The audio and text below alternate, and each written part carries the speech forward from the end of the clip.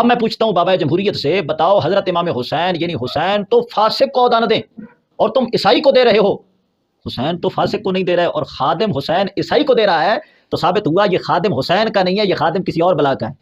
آپ نے مطلب اقلیت کے نمائندے کو بھی ٹکٹ دیا ہے؟ ہاں دیا ہے وہ وجوہات یہی ہے نا کہ پاکستان کا قانون ہے، تو ہم نے اس کا کہا کہ بھئی آپ بھی آئیں ہماری طرف سے الیکشن. یہاں پر ایک بہت بڑا میں سوال کرتا ہوں.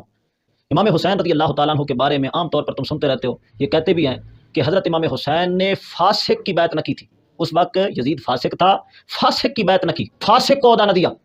اب میں پوچھتا ہوں بابا جمہوریت سے، بتاؤ حضرت امام حسین یعنی حسین تو فاسق کو عہدہ نہ دیں اور تم عیسائی کو دے رہے ہو.